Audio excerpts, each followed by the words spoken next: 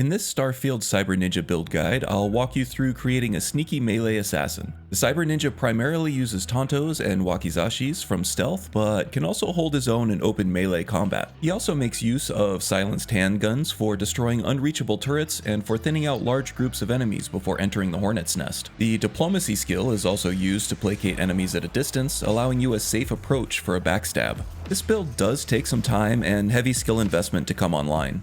The way stealth is tuned and skills are distributed in this game, you won't really feel like a ninja until around level 60 or higher. In the meantime, you'll be alternating between non-stealth melee combat and stealth handgunnery combat phases. Both are fun and rewarding, and the journey makes arriving at ninja status that much sweeter.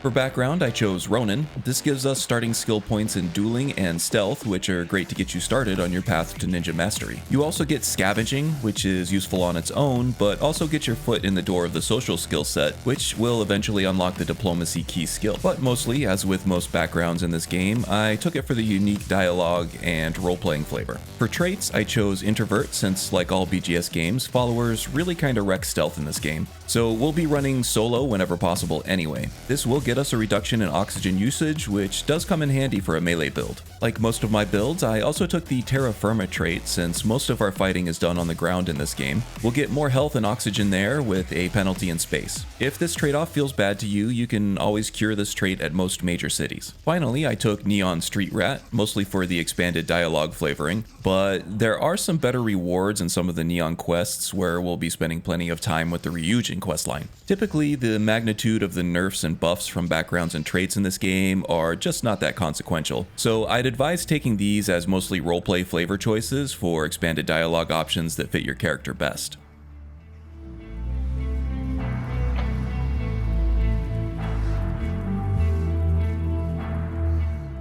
Okay, let's get into the meat and potatoes of the build with the skills. Starting with physical skills, you'll get a free starting point in stealth for choosing the Ronin background. You'll want to get started right away unlocking ranks for this skill by racking up as many sneak attacks as possible. This is much more easily done with silenced guns than melee weapons. At low levels with starting gear, you're going to have a really hard time approaching enemies without being detected, so just use ranged weapons instead. One pro tip here is to use silenced automatic weapons to potentially score several sneak attacks per second before being detected. Once you get all 4 ranks in stealth, you'll be able to unlock gymnastics. This helps you gain that ninja mobility, gaining access to the combat slide, faster mantling and running speed, and reduced fall damage.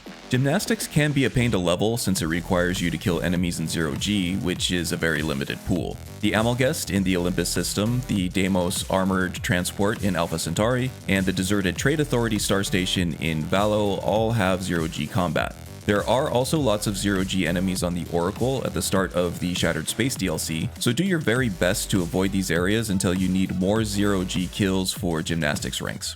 Knowing where to get these kills is half the battle, but our main goal here is getting rank 4 and unlocking the martial arts skill in the next tier. This skill will add crit chance to our melee attacks, a chance to disarm and reflect damage, and some added damage reduction while wielding our blade. Martial arts rank 2 requires you to do a certain amount of unarmed damage. I just found a very low level planet and farmed weak enemies at random POIs to reach this fairly quickly. The rest of the ranks just require you to use melee attacks, so you can use your blade from this point on. You'll want to get all 4 ranks in martial arts as quickly as possible to get to the next tier, but you may still not have the stealth ability or gear to do this sneakily just yet. So again, farming low-level POIs as a melee berserker is the best way to unlock these ranks. Those 4 skill ranks will unlock the next tier and perhaps the most important skill for this build, Concealment. This skill greatly boosts your sneak attack damage all the way up to 10 times for melee and 4 times for range. Once you're properly geared, you will be able to one-shot most enemies in the game. This skill also makes you immune to triggering mines, disregards movement speed in the detection system, gains a chameleon effect while stationary, and causes pursuers to drop detection status at certain distances. These are all key effects for a Cyber-Ninja build.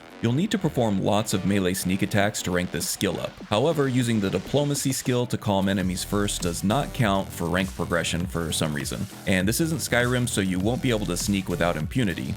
But the Void Form power, along with pharmaceuticals like Frostwolf, Panopticon, and Recon Stim, can help a ton.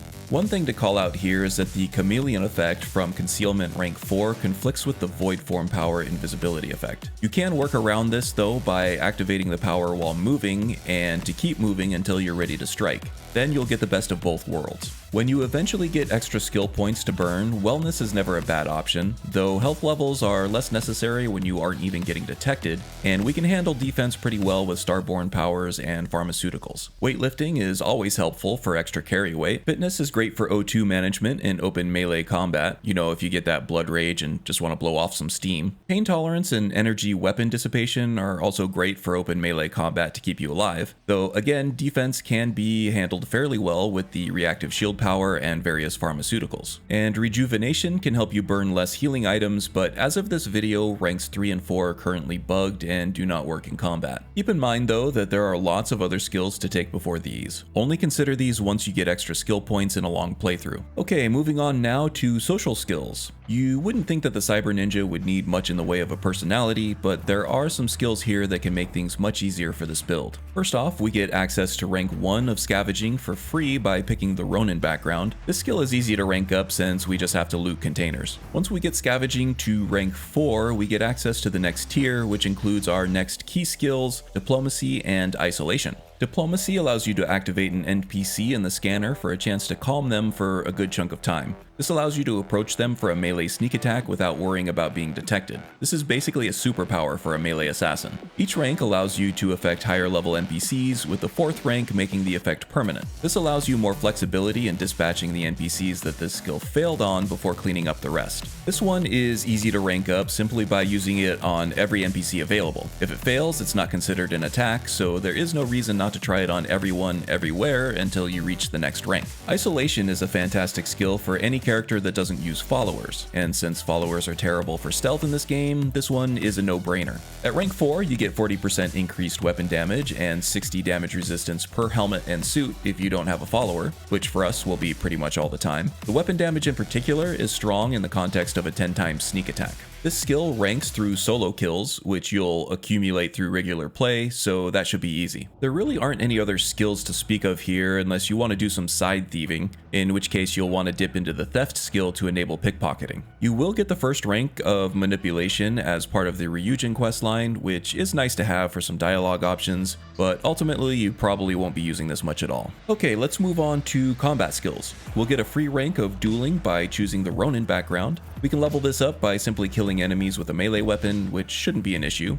However, you probably won't be sneaky enough to do this in the ninja way yet. Luckily, the berserker way is still fun until you get there. The next key skill we want in the combat set is all the way down in the 4th tier, which is armor penetration. But that tier is locked until we've spent 12 points in this set. So we're going to have to take on a ranged weapon. The choices here are long-ranged sniper or mid-ranged handgun infiltrator. Sniper might be tempting, but I feel like that would become a slippery slope. Long-range sniping is so effective in this game that you might just end up playing a sniper for the whole playthrough, and all that melee skill grinding will end up being for nothing. Mid-range handgun infiltration has a similar risk, but at least that somewhat forces you to engage a bit closer to your enemy and perhaps encouraging you to test your ninja skills a bit more frequently. So I took pistol certification in the 1st tier along with ballistics so we can use guns with silencers. Ranking these both simply consists of killing enemies with ballistic pistols, which shouldn't be a problem, especially from sneak where you can also rank your stealth skill. Once all of these are rank 4, you'll have access to the last skill in the combat set, which is armor penetration.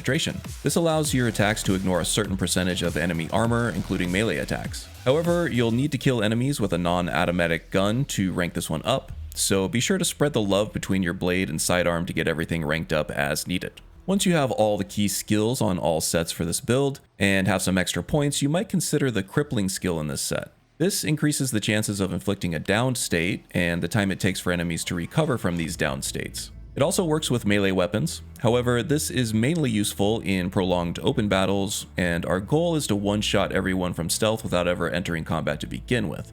So this can be useful when it hits the fan, but don't make it a priority. Rapid reloading could also be useful in situations where you find yourself shooting a lot, and since pistols have smaller magazine capacities, you could get some benefit from this. But again, we should only get into this situation when our primary tactic has failed, so it shouldn't be a primary concern. Okay, now on to science skills. This is where all that good crafting juice is, so you know I'm going to put lots of points in this set. We'll need 4 ranks in the first tier. I chose research methods to speed up recipe unlocks a bit, but you could also take medicine here if you're more worried about staying alive in combat. After 4 points are spent, tier 2 opens up where we can take weapon engineering and spacesuit design. You'll want all 4 ranks in weapon engineering to unlock all mod tiers, but you only need 3 ranks in spacesuit design. Unless you really want to save crafting resources, then go ahead and take the 4th one after all other key skills are obtained. This will allow us to upgrade and silence our guns, modify blades for either sneak attack or open melee use, and modify our armor to make us tougher, stronger, and sneakier. This opens up the next tier, which includes the chemistry skill. This allows us to craft performance-enhancing pharmaceuticals that significantly boost damage, defense, and stealth. Take 3 ranks of this to unlock all pharmaceutical recipes. The strongest chems will require alien genetic material that can be gathered from boss-level aliens. So keep an eye out for aliens with multiple health bars and slaughter every one you see for a chance at this rare material. You'll also need selamite, which is what all of the artifacts are embedded in, so make sure you keep a good stock of that around. I'll go over the best pharmaceuticals for use for this build in the gear section. The 4th science tier should be open now, and I took all 4 ranks of special projects. This unlocks some of the best weapon and suit mods, but also allows you to craft very rare crafting components. This is much nicer than sleep spamming to reset vendor inventories endlessly to find the component you need. Not really much else to mention in this skill set unless you want to survey planets or build outposts, which is not really ninja type work. The last skill is tech, and other than 1 rank in boost pack training, this set was dedicated to space combat and shipbuilding. I'll go over specifics in the ship build section, but I found Class A ships small, sleek, and fast, just like a ninja. This also lets us be more frugal with the skill points here. I took piloting rank 1 and 2 since I only used Class A ships. These make our ship more nimble and enable use of thrusters for drift strafing. I took 1 rank of targeting, which unlocks ship targeting functionality. It does much more at higher ranks, but more on that later. This opens up the next tier where I took all 4 ranks of energy weapon systems, which also scales particle beam damage and increases availability. I also took 2 ranks of engine systems, which makes your ship faster and makes boosts last longer, and all 4 ranks of shield systems is pretty much a necessity for surviving space combat on high difficulties. In tier 3, I took all 4 ranks of particle beam weapon systems for even more damage output, and I took all 4 ranks of starship design, which unlocks the best ship modules in the game. Once you've taken all other key skills and have some extra points, you might consider more ranks in targeting. This will help you to lock on faster, increase crit chance, and slow enemy ship fire. Ranks 3 and 4 of engine systems will make your ship even faster and more evasive by forcing enemy ships to disengage on boost. You should also take a look at boost pack training for better character mobility, and maybe starship engineering for a little more survivability in space combat. Finally, you might also consider 3 ranks of the security skill, not only to keep from losing out on great loot, but to unlock alternate hidden routes through some dungeons.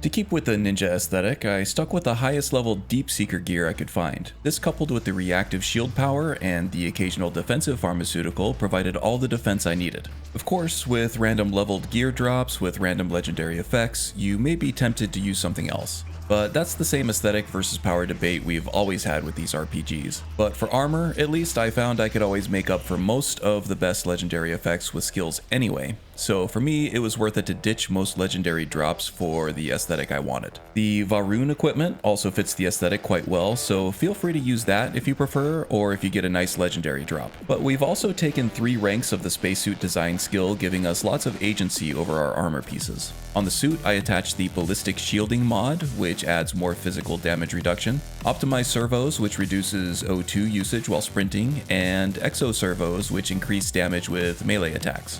On the pack, I modded it with Oxygen Reserve for more O2 capacity, useful for frequent power attacks, Emergency Aid, which automatically uses a healing item whenever you're down to 25% health, and picked Skip Capacity for the boost pack, which keeps us horizontally mobile during battles. This seemed more fitting for an agile ninja build. And on the helmet, I used the Ballistic Shielding mod, further increasing physical damage resistance. Sensor array, which marks enemies on your compass at an increased distance, super useful for sneaky scouting build types. Heavy shielding, which increases all damage resistance stats, and gravitic composites, which reduces enemy detection rates. The clothing I used most of the time when not roleplaying out of combat was the operative suit from the Ryujin questline. This apparel makes you 25% harder to detect, which is really strong for any stealth build. I also used a Neurocom Mark III, which applies an additional 15% chance to successfully use the diplomacy skill. This is great for calming enemies before approaching them for a melee sneak attack. Moving on to weapons, I tried to stick with slow and heavy Tantos for sneak attacks and quick light Wakizashis for open melee combat.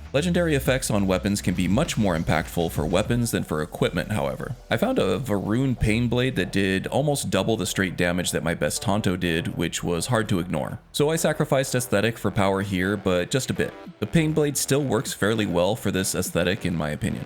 For the sneak attack dagger, I used the alloyed steel blade mod for more sneak attack damage, and the force extruded handle, which adds a significant amount of damage for a large weight increase. This results in a very slow attack speed, but for sneak attacks, that's totally fine. On the Wakizashi, I used the high carbon steel blade, which simply adds a good amount of damage, and the lightweight handle, which significantly reduces weight while significantly increasing attack speed. This does come at the cost of some damage output, but it just feels better to use a faster weapon in open combat in my opinion. I also found one with the Furious effect, doing more damage with each consecutive hit, also lending itself to fast repeated attacks. I also used a silenced handgun, mostly for out-of-reach turrets and thinning the enemy herd a bit before closing in for melee sneak attacks. The Urban Eagle fits the aesthetic quite well, I think, but I found a legendary regulator with some effects that I just couldn't ignore. It has the instigating effect, which gives it double damage to targets with full health, amazing for stealth shots, shattering, which ignores a chunk of the target's armor, and lacerate, which does some bleed damage over time. These effects made me totally forget about aesthetics, which does happen in this game from time to time. For mods on the gun, I chose the extended barrel for more range and accuracy and less recoil, laser sight for more accuracy, reflex sight for better aiming, a suppressor to stay hidden after taking a shot, which is probably the most important of all mods, penetrator rounds and high-powered mods to significantly improve damage output, and binary trigger which fires around both on trigger pull and release, effectively doubling damage from each shot.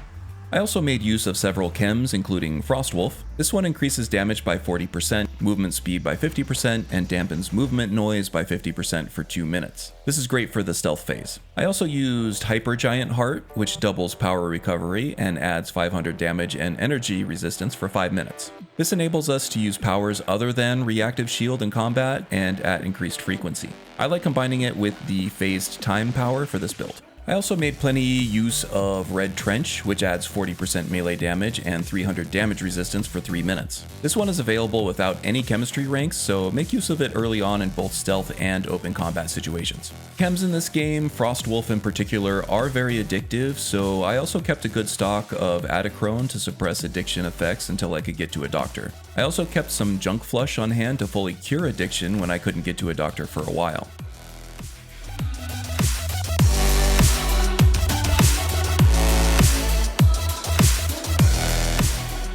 For Starborn Powers, I used Sense Star Stuff a lot. This is like Aura Whisper from Skyrim, showing you the location of all living things in the vicinity, even through walls. This is amazingly useful for stealth builds, letting you know exactly where and where not to tread. I also used Void Form all the time. Most invisibility effects in this game are broken when you move, but Void Form's invisibility effect stays persistent even through movement. This is a total game changer when trying to set up melee sneak attacks. Void Form does conflict with active chameleon effects, however. These can come from gear or from the concealment skill. To avoid this, just make sure you're moving whenever you cast Void Form and you won't have a problem. Reactive Shield was also very useful for open combat. It provides a very large amount of damage resistance, which more than makes up for any armor rating shortfalls you may have from your gear. I also loved using Phase Time, which slows time for a bit. This made the character feel like an actual ninja with highly tuned speed and reflexes. This one does take a lot of meter, however, and doesn't last long, so it's best used with Quantum Essence or Hypergiant Heart, which greatly increase power regen.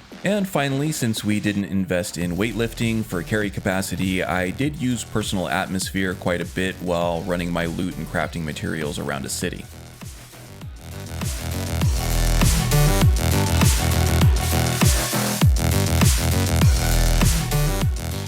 For the ship build, I wanted to stay light, nimble, and fast, but deadly, mirroring the character build. I was able to achieve this with a Class A ship, saving some skill points for other things, and ending up with a ship that is just as effective in space battles as it is fun to fly. As stated in the skills section, we do have all 4 ranks of starship design to work with, allowing us to access all the best ship parts in the game. I used the Taiyo Mako as a base, which you can buy from the Taiyo shop in the Ryujin Tower at Neon. This seems to be the smallest form factor ship you can buy, and includes things like a very rare front-facing port. I was able to scrap the extra cowling and brake pieces from the original model to smooth out the profile a bit, and to make room in the front for a couple Nova weapon mounts, allowing 6 Vanguard, Obliterator, Auto Projector, Particle Beam cannons. This combo ends up providing the most DPS possible in the game for one weapon assignment, and is enough to quickly shred most enemy ships in the game. You do have to complete the UC Vanguard questline up through the Grunt Work quest to unlock these though. The reactor is a Tokamak X300 reactor, which generates 29 power. This is enough to fully power all weapons, shields, and engines, and a few left over for the grav drive for reasonable jump times. For the shield, I took the Deflector SG60, which provides 860 HP and a 10% regen rate. This is generally the best Class A shield in the game, and provided enough protection to get me through all space battles. The grav drive is a Helios 300, providing 23 grav jump fuel, which is not bad at all for a Class A ship. I ended up with a 25 light year single jump range. I didn't encounter any jumps that I didn't have range for with this, though there might be a few longer ones in the game that you'll need to use your Starborn ship for instead. I also installed an H40 Atlas Helium-3 tank holding 550 grav jump fuel, which resulted in longer trips without having to make stops. For the engines, I used 2 SA-4330s. These provide 15,240 engine thrust and 3,220 maneuvering thrust. These stats are good enough to keep full 100% maneuverability.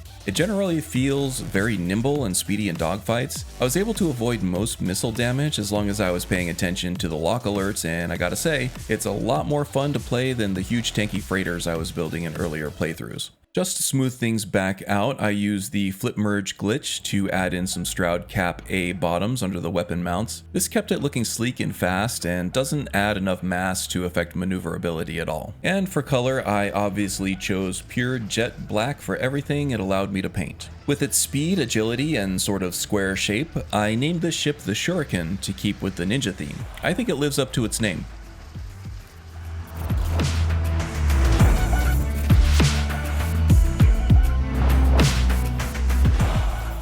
I roleplayed the Cyber-Ninja as a mercenary above everything else. He knew his skills, he knew how many credits they were worth, and he knew his place amongst others. He was normally stoic, but could be cocky and sarcastic when questioned, and this confidence only grew after entering Unity and becoming Starborn. The core of this character is an assassin, killing a target for money. So he found himself frequenting the Trackers Alliance board and even associating with the Freestar Collective's rewards board. Tracking and eliminating wanted people was his profession, and business was good. The Cyber-Ninja had his art down to a science, so much so that he had pre-job rituals. After landing on a planet, before leaving his ship and tracking his target, he'd nap for 1 hour to clear his head and bring his mind and body back into sync. Then he'd eat a light meal and drink an espresso for the caffeine boost.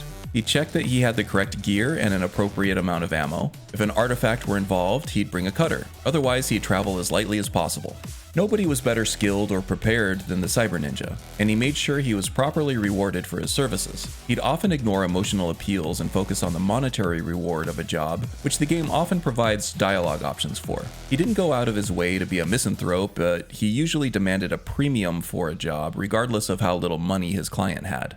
That being said, there were occasionally times when he decided to help someone out in a tough situation. The Cyber-Ninja grew up in the underbelly of Neon, so he knows the oppressive struggle against corporations quite well. Not to the point where he'd turn down their money, but he might help out a victim of corporate greed now and then. Also, due to his love for money, entering Unity was a big decision. To give it all up and start over was not something he took as lightly as the Hunter or Emissary. He was typically pretty content just to stay in his current universe once he knew when and where Unity led. Though eventually, as many people do, he might start to clamor for the good old days when things were simpler and more focused, and start thinking about a new start. While he was attached to his fortune as a physical representation of the work he did and his many successes, he was never as attached to people. He never had any interest in a romantic relationship with any of the available characters. He was cordial and sometimes even friendly with the members of Constellation at times, but he never had any any sort of deeper feelings for any of them. The only deep connection he cared for was that with his work.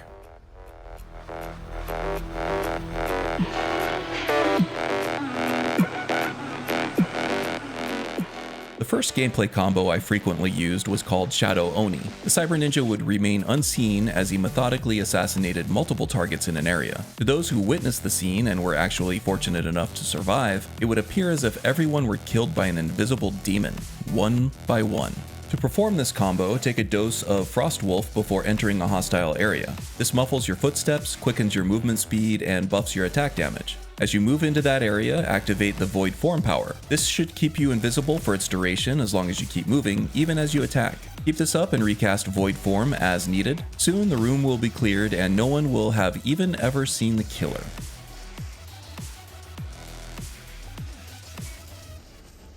The other gameplay combo I loved using is one I called Shinobi Reflexes. This one is great for entering open melee combat and feeling like an ultra-fast, ultra-deadly shinobi, cutting and dashing his way through enemy ranks. This one gives a huge amount of damage reduction alongside boosted melee damage, increased movement speed, and a slow time effect. To trigger this combo, once you've been detected, use a dose of Hypergiant Heart, which will give you 500 physical and energy damage reduction, and 100% increased power meter regeneration for 5 minutes. Also, take a dose of Frost Wolf, which increases movement speed and damage output. Finally, cast the Phase Time power to slow time, and proceed to cut down your enemies. The Phase Time power does burn a lot of power meter, but with the increased regen from Hypergiant Heart, you'll be able to recast it soon enough. And that does it for another Starfield build. If this helped or inspired you to start another playthrough, please do consider hitting that like button and subscribing for more. Also check out my Starfield Cyber-Ninja build for more ideas. Thanks so much for watching, and I hope to see you again soon.